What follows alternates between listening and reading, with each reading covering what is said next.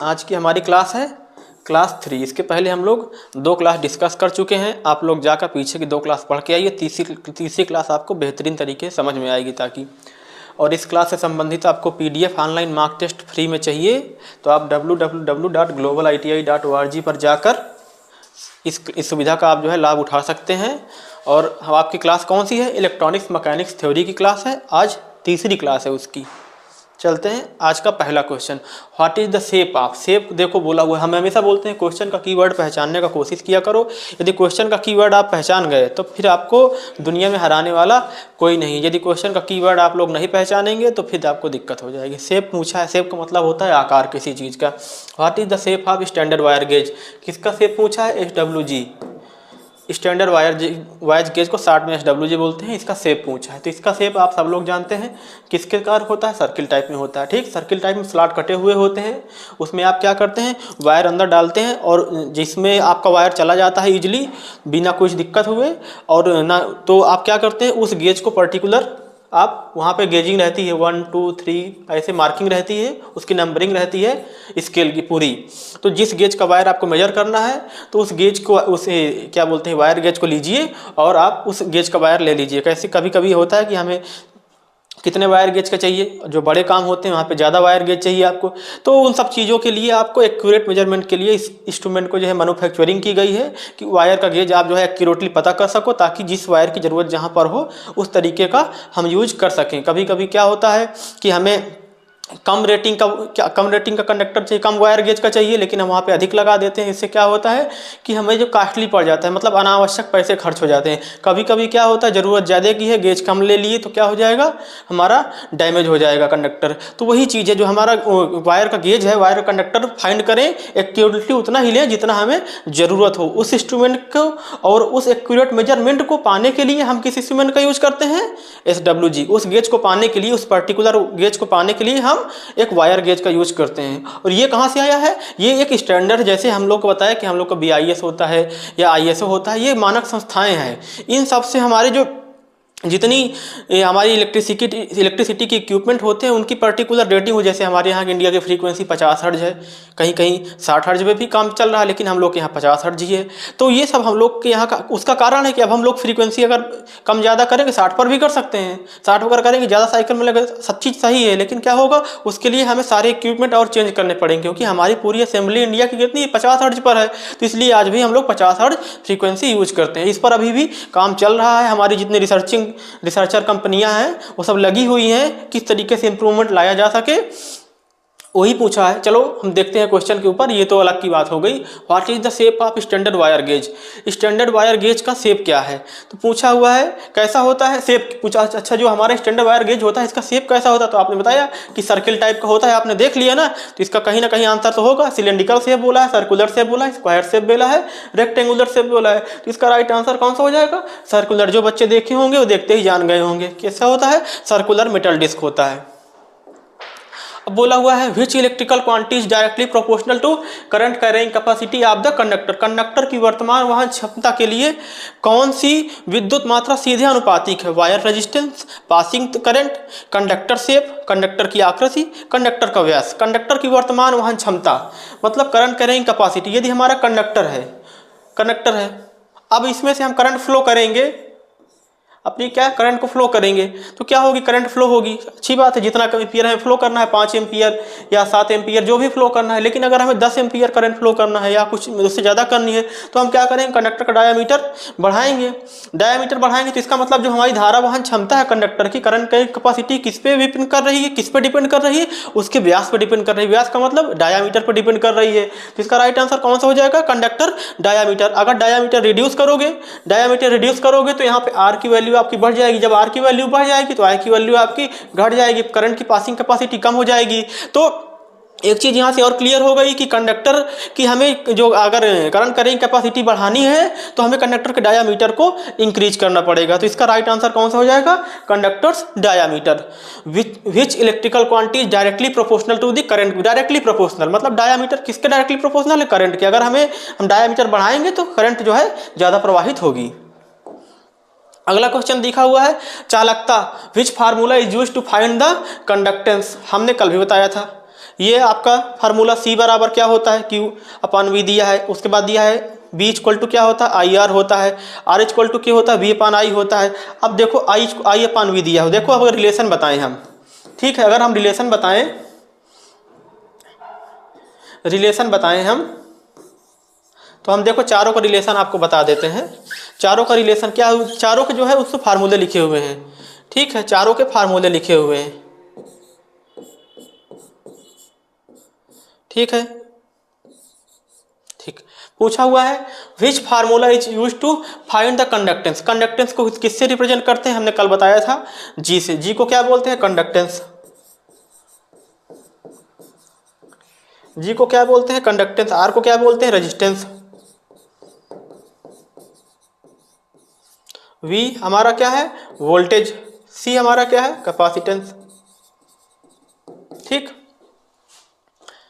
अब देखो बोला हुआ है चालकता ज्ञात करने के लिए किस सूत्र का उपयोग, जब हमें रेजिस्टेंस निकालना होता है तो किसका यूज करते हैं, R equal to V upon I का। कंडक्टेंस के लिए कौन सा यूज करेंगे, G equal to I upon V का। कभी कभी आपके पेपर में G equal to I upon E लिख देता है तो उसमें कंफ्यूज मत होना, ई का मतलब होता है EMF और इसकी यूनिट भी वोल्ट होती है, ठीक। तो आप इसके लिए कंफ्यूज मत होना, G equal to I upon ई या आई अपान वी बात एक ही है। पेपर में हम मोस्टली पेपर में कंफ्यूज करने के लिए G equal to I upon ई भी लिख सकता है, तो उसमें आप कंफ्यूज मत होइएगा। इसका राइट आंसर आप समझ गए होंगे, आप क्या कंडक्टेंस होगा। चालकता ज्ञात करने के लिए किस सूत्र का यूज करते हैं, I अपान V का यूज करते हैं। कितने एम्पियर करंट फ्लो हो रही है और सप्लाई वोल्टेज कितना दिया हुआ है, दोनों का रेशियो निकाल लेंगे तो हमें कंडक्टेंस पता हो जाएगा। अगला क्वेश्चन दिया हुआ, अर्धचालक के लिए कौन सी सामग्री का उपयोग किया जाता है, gallium and indium, silver and aluminium, arsenic and antimony, silicon and germanium. हमने बताया था ये सब रटना नहीं है, आपको सिर्फ ये याद करना है परमाणु क्रमांक। हर एक मटेरियल कम से कम आपने बचपन से सीखे हैं कि कम से कम 30 तक तो आप जो है क्या बोलते हैं जिंक तक तो आप जो है परमाणु एटॉमिक नंबर याद ही कर लीजिए, ठीक। कहाँ से, स्टार्टिंग से। हाइड्रोजन, हीलियम आप सब जानते हैं, जितने हैं 1 से लेकर 30 तक, ठीक। निकिल होता है, आपने जाना, कॉपर होता है, जिंक होता है, सबका एक एटॉमिक नंबर आप जो है, आर्गन कितना होता है और नाइट्रोजन कितनी होती है, कार्बन कितना होता है, ऑक्सीजन कितना होता है, हाइड्रोजन कितना होता है, हीलियम कितना, सबके आप जो है 1 to 30 तक याद कर लीजिए। 1 to 30 तक में काम चल जाता है, बाकी याद तो आप जितना अधिक से अधिक कर लेंगे फायदेमंद आपके लिए उतना रहेगा। तो यहाँ पे क्या बोला हूँ, अर्धचालक के लिए कौन सी सामग्री का यूज किया जाता है। एटॉमिक नंबर यूज अगर आपको पता है तो आप जो है इस कैलकुलेशन को भी आसानी से कर लेंगे। एटॉमिक नंबर हमने आपको बताया था।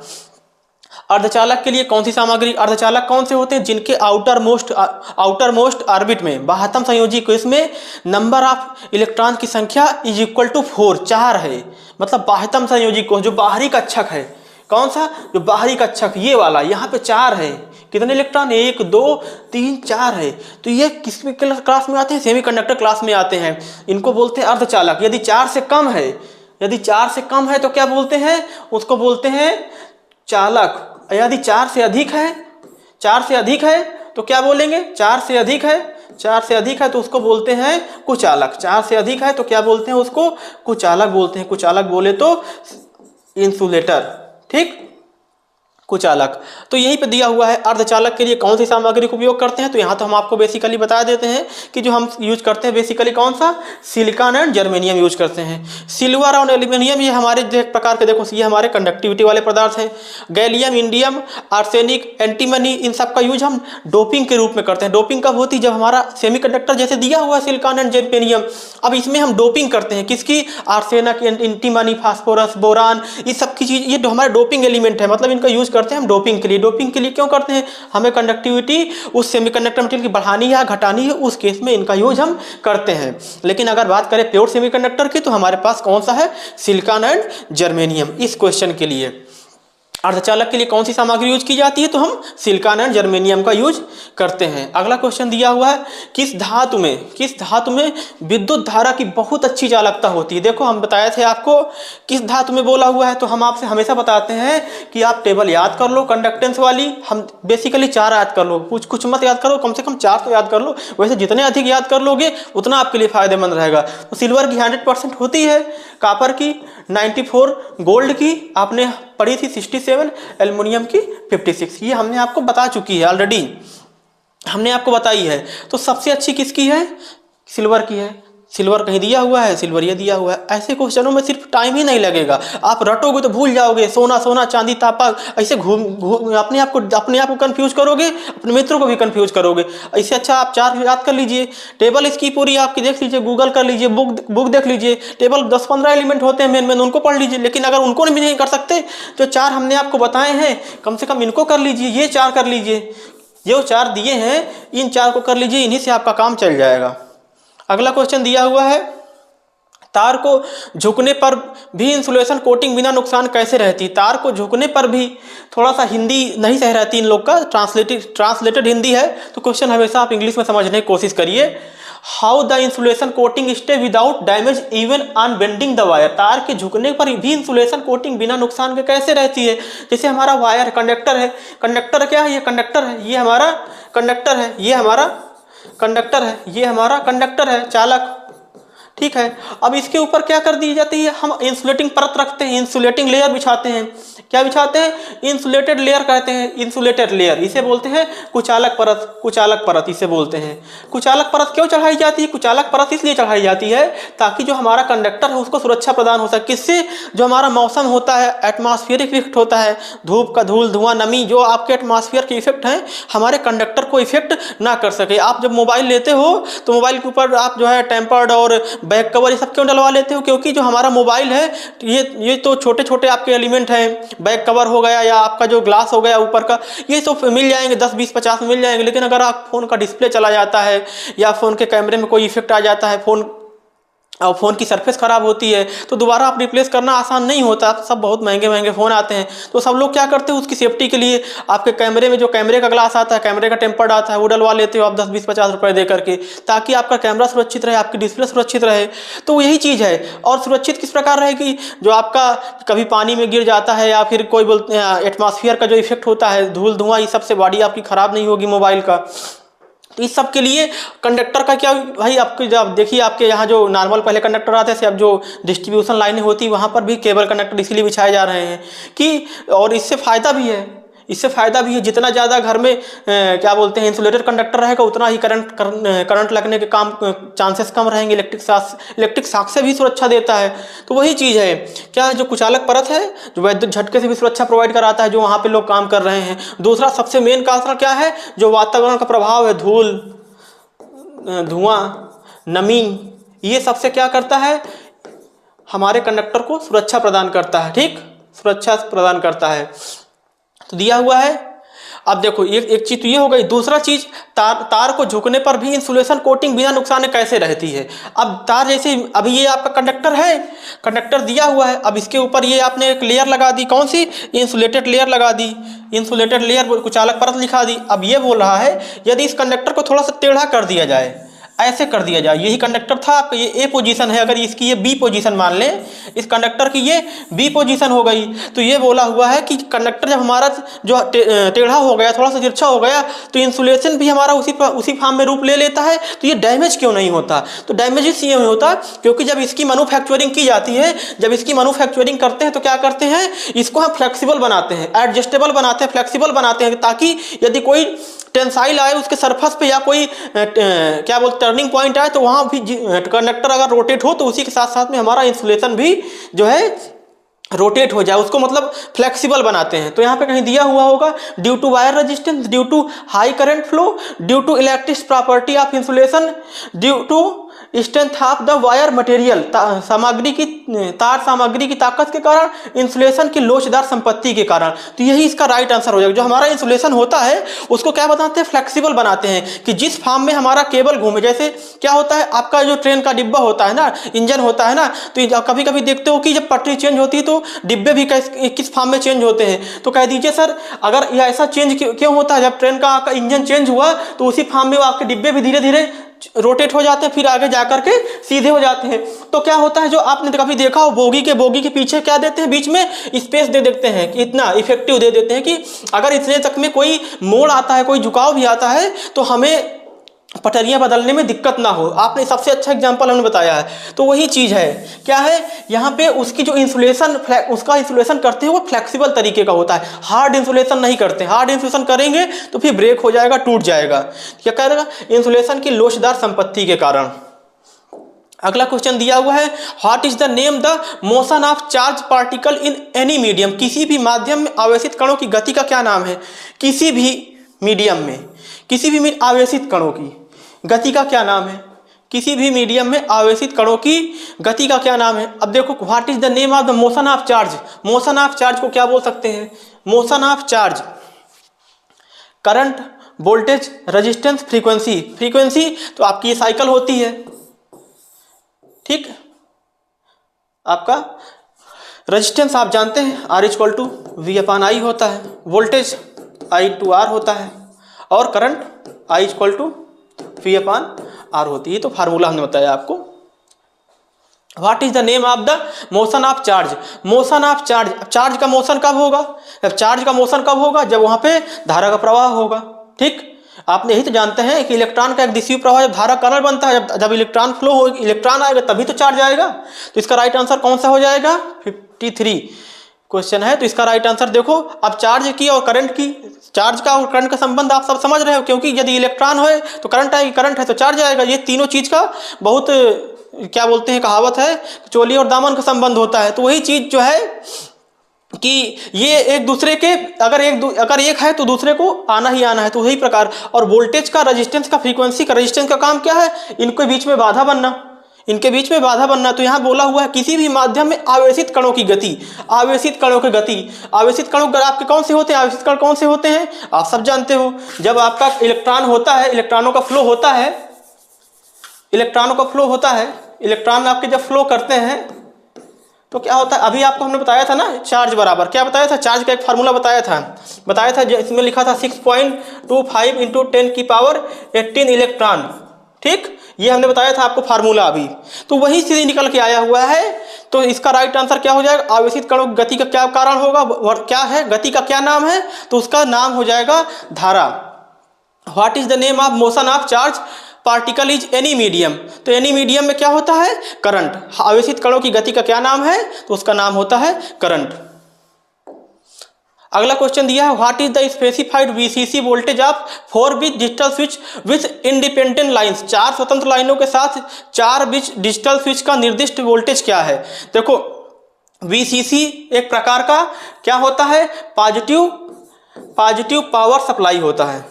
ये भी चीजें याद रखनी, क्वेश्चन तो हम बताते ही हैं, साथ में 2-3 क्वेश्चन आपके और कवर करते हैं। क्या है, VCC आपकी पॉजिटिव पावर सप्लाई होती है, किसके लिए, आपके ट्रांजिस्टर के लिए। किसके लिए, पॉजिटिव वोल्टेज सप्लाई होती है, पॉजिटिव वोल्टेज सप्लाई होती है, किसके लिए, पॉजिटिव पावर वोल्टेज सप्लाई होती है, किसके लिए, ट्रांजिस्टर के लिए। आपका पढ़े ना, आप ट्रांजिस्टर पढ़े हुए हैं सेमीकंडक्टर के केस में, ठीक। और कभी कभी VDD को भी जो है हम पॉजिटिव मान लेते हैं, समटाइम्स, कभी कभार, हमेशा नहीं, ठीक। और जो आपके VE या VSS होते हैं, ये क्या होते हैं, नेगेटिव होते हैं, ठीक। ये क्या होते हैं, नेगेटिव होते हैं। तो ये दोनों चीजें आप थोड़ी सी याद रखना, इस क्वेश्चन से संबंध रखती थी, इसलिए हमने बता दिया। 4 independent, what is the specified VCC voltage of 4 bit digital switch with 4 independent lines. तो इसके बोला हुआ है 4 स्वतंत्र लाइनों के साथ 4 बिट डिजिटल स्विच निर्दिष्ट VCC वोल्टेज क्या होगा। मतलब 4 स्वतंत्र लाइनों के साथ 4 बिट डिजिटल स्विच का निर्दिष्ट वोल्टेज VCC क्या होगा। तो अगर हमें 4 बिट डिजिटल स्विच दिया हुआ है तो आउटपुट वोल्टेज हमारा कितना आएगा, 4.5 टू 5.5 आता है, जो मोस्टली जो है 4.5 ही होना चाहिए, लेकिन इन्होंने एक अपनी रेंज दे दी है, पता नहीं किस हिसाब से दिया है, लेकिन 4.5 इसका एग्जैक्ट आंसर है। कभी कभी आपको कंफ्यूज करने के लिए 4.7, 4.8 देख सकता है, तो वहाँ पे आप ये स्केल समझ लीजिए कि 4.5 टू 5.5। अगला क्वेश्चन दिया हुआ है, what is the purpose of standard wire gauge. SWG मानक गेज का उद्देश्य क्या है, measure current, measure voltage, measure diameter of wire, measure insulation of wire, तार के इंसुलेशन को मापे। अब देखो, हमने बताया था अभी, इसके पहले भी एक क्वेश्चन हमने करवाया था कि जो हमारा SWG होता है, SWG का फुल फॉर्म क्या होता है, स्टैंडर्ड वायर गेज, यहाँ पे लिखा हुआ है ऑलरेडी। तो इससे हम क्या मेजर करते हैं, जो हमारा भाई कितने डायामीटर का केबल हमें चाहिए है, पर्टिकुलर वो छोटे छोटे, जैसे हमारे कभी कभी हम जैसे बहुत सी छोटी मेजर करनी होती है, वाइंडिंग का जो गेज पता करते हैं, कितने गेज की वाइंडिंग हमें करनी है।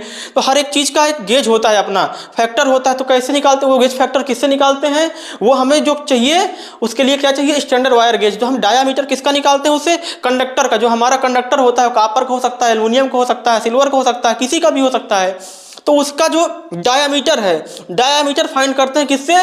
स्टैंडर्ड वायर गेज से। इस तरीके का बना हुआ होता है स्टैंडर्ड वायर गेज। उसमें स्टैंडर्ड वायर गेज इस तरीके का बना हुआ होता है। देखो हम बताने की कोशिश कर रहे हैं, एग्जैक्ट अगर समझ में आ जाए तो अच्छी बात है, बाकी फिर आप उसके लिए देख लीजिएगा, आपकी बुकों में दिया हुआ होगा। फिर ये छोटे छोटे स्लॉट कटे हुए होते हैं और ये धीरे धीरे बढ़ते जाते हैं, क्योंकि हमें बड़ा कंडक्टर भी मेजर करना है ना, तो छोटे से लेके हर तरीके का अरेंजमेंट होता है। इस प्रकार जो है बड़े हुए होते हैं, धीरे धीरे धीरे धीरे बढ़ते जाते हैं। और इनमें आपकी जो इनका डायामीटर होता है, डायामीटर नीचे लिखा होता है, मार्किंग होती है स्केल, ठीक, ये स्केल इसकी होती है। अब हम उसमें वायर इंटर करते हैं, वायर इंटर करते हैं, देखते हैं वायर आसानी से इंटर हो जा रहा तो जान जाते हैं कितने डायामीटर का हमारा ये वायर है।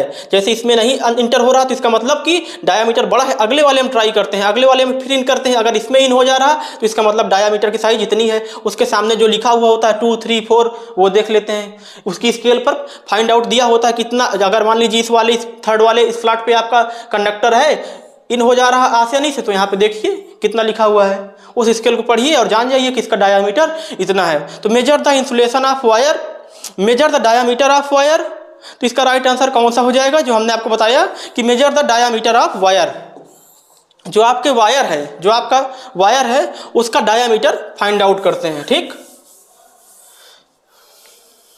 अगला क्वेश्चन दिया हुआ किस विद्युत पैरामीटर को मेगर द्वारा मापा जाता है? तो which electric parameter is measured by the megger, किससे करते हैं? इंसुलेशन रेजिस्टेंस फाइंड करते हैं।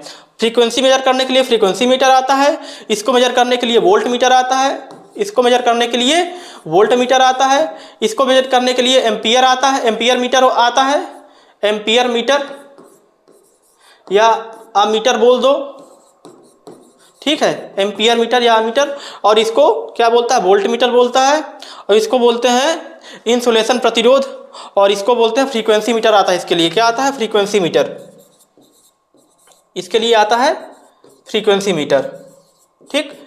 और अब आपको मेजर क्या करना है? विद्युत पैरामीटर का मेगर द्वारा रेजिस्टेंस मेजर करना है, वो भी मेगर द्वारा। तो मेगर क्या मेजर करता है? इंसुलेशन रेजिस्टेंस मेजर करता है। इसका राइट आंसर कौन सा हो जाएगा? सी नंबर इसका राइट आंसर हो जाएगा। आप लोग ध्यान दीजिएगा, इसका राइट आंसर कौन सा हो जाएगा? मेगर के द्वारा क्या मेजर करते हैं? मेगर के द्वारा हम इंसुलेशन रेजिस्टेंस फाइंड आउट करते हैं। तो ये रहे आज के हमारे क्वेश्चन। उम्मीद है आप सबको समझ में आए होंगे, और यदि नहीं समझ में आ रहा है तो अपने दोस्तों से डिस्कशन करिए, बुक से पढ़िए। उसके लिए थोड़ा सा अगर आपको कोई और सहारा लेना पड़े गूगल से, तो हर जगह से जानकारियाँ कहीं से भी मिल जाएं। अगर हमें कोशिश हमेशा करनी चाहिए, एक जगह से नहीं हमें समझ में आ रहा, 2 जगह से 4 जगह से, हर जगह से समझने की कोशिश करनी चाहिए। हो सकता है कि यहाँ पर हमारा बताया आपको कम समझ में आया, तो हो सकता है आप बुक में देखें या एक बार रिवीजन करें, फिर से हमारा वीडियो देखें तो आपको समझ में आ जाए। बाकी इस चैनल से जानकारी मिल रही है तो उन सब बच्चों को भी ये शेयर करें, फॉरवर्ड करें जो इस सुविधा से वंचित है, ताकि उन सबका भी भला हो सके।